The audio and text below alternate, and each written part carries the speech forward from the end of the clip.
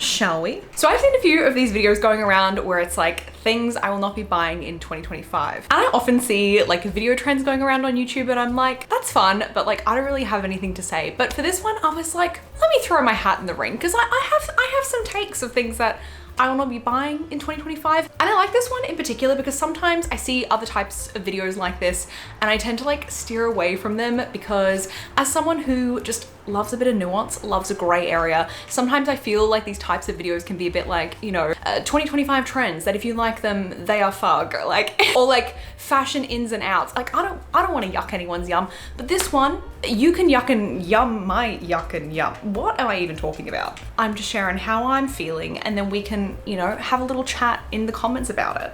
I don't know what to tell you. I'm a Libra with no dad. I have commitment issues.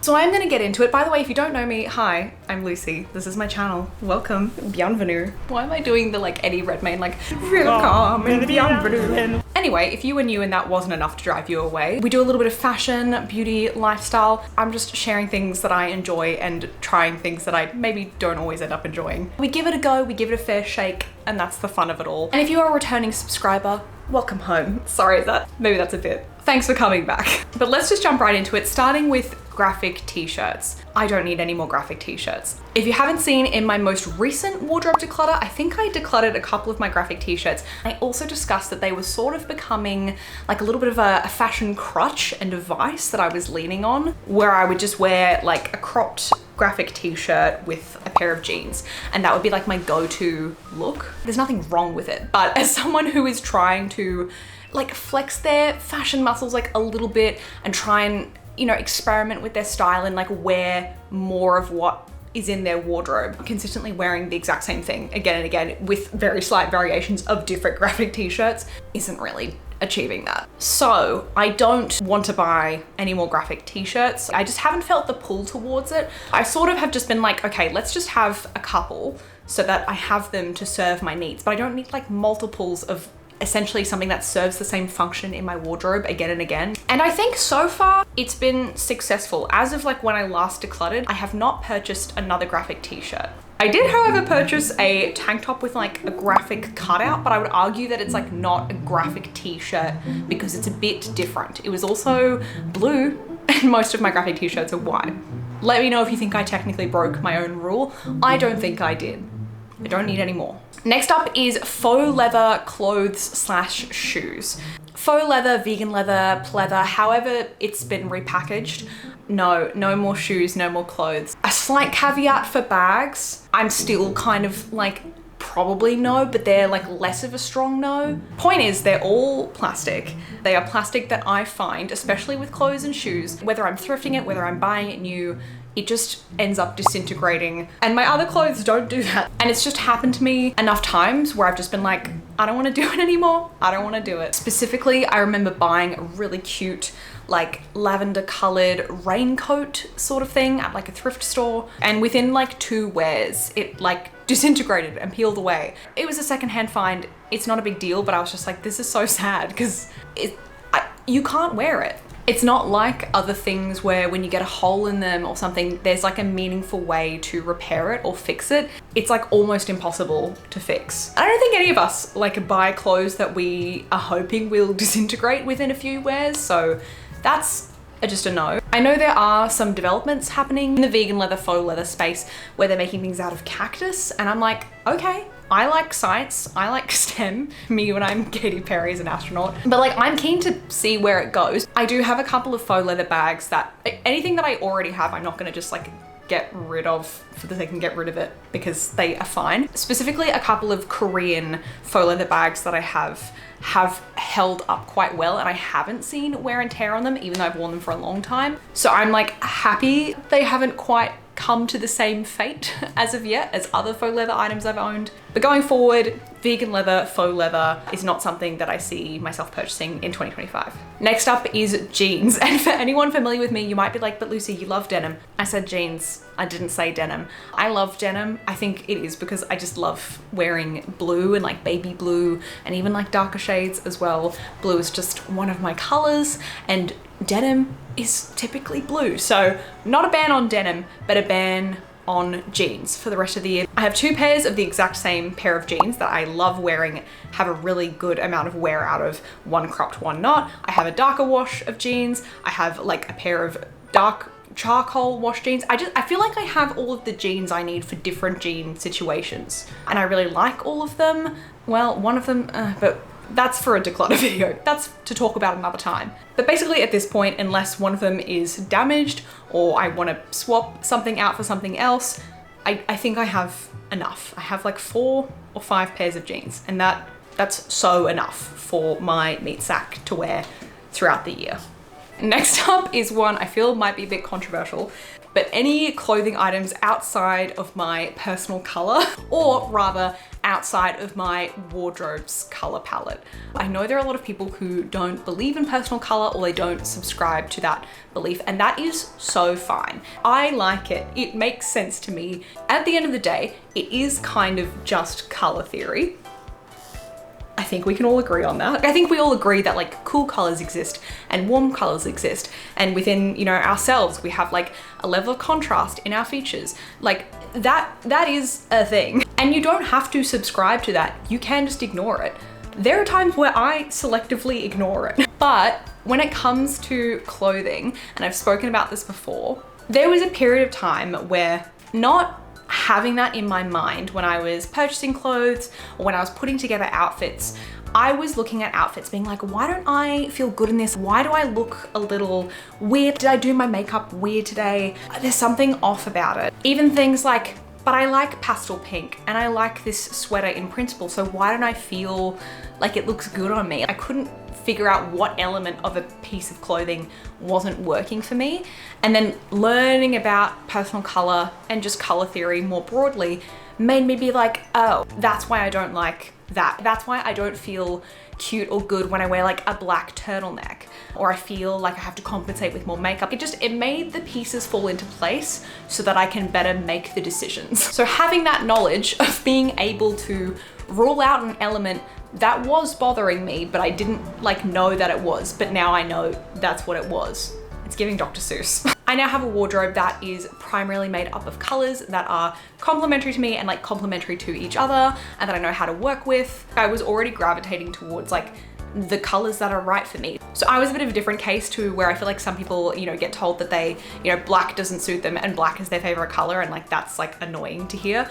I got news that was like, you look good in baby blue and pink and green, and I was like, yay, I like all of those anyway. And I also don't feel particularly drawn to colors outside of my palette anyway. I don't really like fluoro orange anyway, so I don't feel particularly cut up about it. But also as a result, it means that my wardrobe is for the most part pretty harmonious in terms of pieces. They all kind of go with one another. And I kind of like that. It kind of makes my life easier, makes me have more fun getting dressed, and that's what I want. This next one may upset some of you, but again, it's just things I'm not buying this year. But I will not be buying Labubu in 2025. For those of you who don't know Labubu, he is this. I am so sorry. I think Labubu is a little freak and he gives me the bad vibes. I actually don't know if Labubu is a guy. I just don't like it. It gives me like Goosebumps ventriloquist doll vibes. It's just a little spooky to me. I don't like him very much. But I would say this point goes wider into like a lot of trinkets or like those blind boxes, like Pop Mart things. I just don't have the like collector's gene, I think. And it's funny because I like cute things and there are characters that I like. I like Miffy. I love S the Rabbit. But just like the current crop of like Sunny Angels, Labubu, I actually have a soft spot for Smisky, like the blankness of Smisky, I think is fun, like stoicism vibes. And I mean, call it what you will, maybe it's jealousy, because I see people doing the like Sunny Angel blind box unboxing and they're like ecstatic, like they are feeling the highest highs and the lowest lows. And I don't feel the pull. I walk past the store and I go, okay. Now, if I were to make Mini Winnies have a comeback, which if you don't know, are like Winnie the Pooh keychains where it's like a Winnie the Pooh, but he wears like different outfits. I did have a few of those as a child and they are pretty cute. I'm not like anti keychain or like anti trinket, but I just don't. Sorry to Labubu, sorry to this man. I feel like this is kind of giving hater energy a little bit, but I don't get it. I don't. I'm just mentally not there. Dare I say it, the very light, mild gambling element to blind boxes combined with the scarcity and like the lining up thing. It's giving recession core. Is the new like lipstick effect, like the Sunny Angel effect. I'm sure this is not a new take. Next up is items that make no sense for my lifestyle. I feel like maybe that's a bit broad as a category, but I did have a realization about this recently where I was like, I'm not gonna do this. Basically, I went into this boutique and I tried on this really cute two-piece and it just fit me really well. I looked good in it, okay? I looked good, I was feeling good, the quality was lovely. However, it was the type of piece that I think is meant to be for like, it was giving like music festival. I've only ever been to one music festival, or no, it's just been one. And I was looking at myself in the mirror and I was like, this is so cute, but like, when am I gonna wear this? It was just a very different type of piece than what I normally have. I was like, I can't think of an event that is coming up where this would make sense for me to wear it. And you might be like, then why did you try it on in the first place? I was actually trying on something else and the person at the store was being super lovely and was like, you should try this on. Like we were just kind of having a play and having fun. As cute as it was, I was like, I will feel sad if I buy something this cute and I just, you know, don't wear it. And obviously I could invent an occasion to wear it to. I think it's okay for us to appreciate and enjoy things without necessarily having to own them. If a music festival happened and I was like, oh my gosh, great, I know the perfect thing for it. But other than that, I don't need to own it and have it in my wardrobe and just have it collecting dust.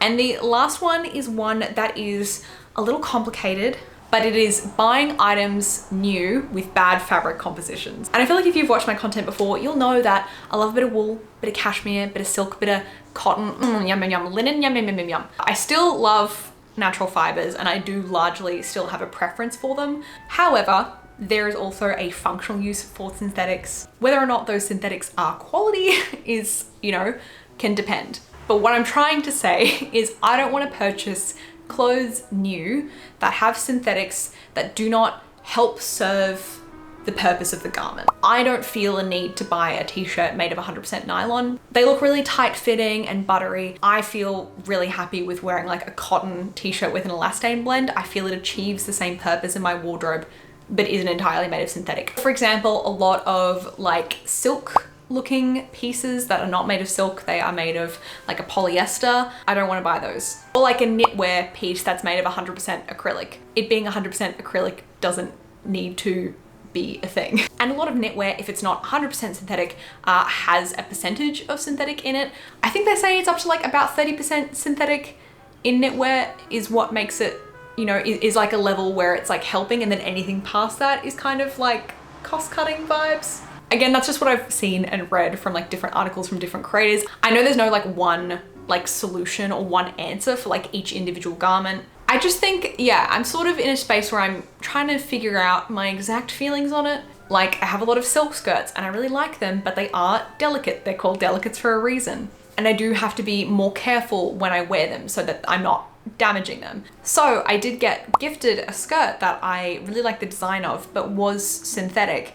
And I feel like the quality is quite lovely and it has held up really well and is something that I'm not overly concerned about it, you know, getting damaged or anything, because it's quite like sturdy. It's quite a hardy skirt. It just is very low maintenance. And so while it's not something that I want to have a lot of, there are utility / like use cases in my wardrobe where I'm like, it is useful. Basically, I'm kind of going from being more of a blanket rule of being like, I don't want to see synthetic fibers in there. Whereas now I'm like, it depends on why I have the item, like what's it for, but also broadly still mostly natural fibers because I just prefer it. But to illustrate it, I'm going to use a brand whose designs I love, For Love and Lemons. I love the aesthetic of For Love and Lemons. I love their designs.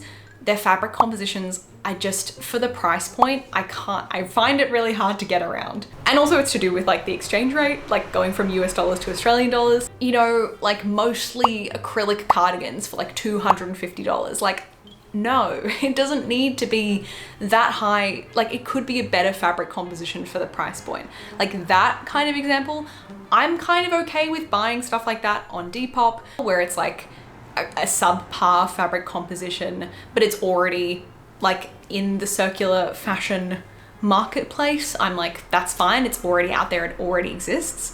If I could phrase it another way, it's no new pieces of clothing that have a fabric composition that doesn't really need to be like that for the amount of money it's costing. That's probably a better way of putting it. That almost was just like my thoughts rather than an opinion, but I told you I'm a Libra. But those are the things that I will not be buying in 2025 and probably beyond. I'll be shocked if I develop a Labubu love in like 2026. I also realized I didn't really talk about beauty stuff that much in this video, but there is a makeup declutter coming. So I feel like you'll get quite a bit of that in that upcoming video. If you enjoyed hearing me yap about my opinions, then you may also like my podcast Rewind Time, which is also me yapping about my opinions. But instead of talking about fashion, we are talking about OG YouTubers and like YouTube history. So if you like a little internet culture moment, then please check it out if you haven't already. As always, thank you so much for watching, and I will see you in the next one. Bye!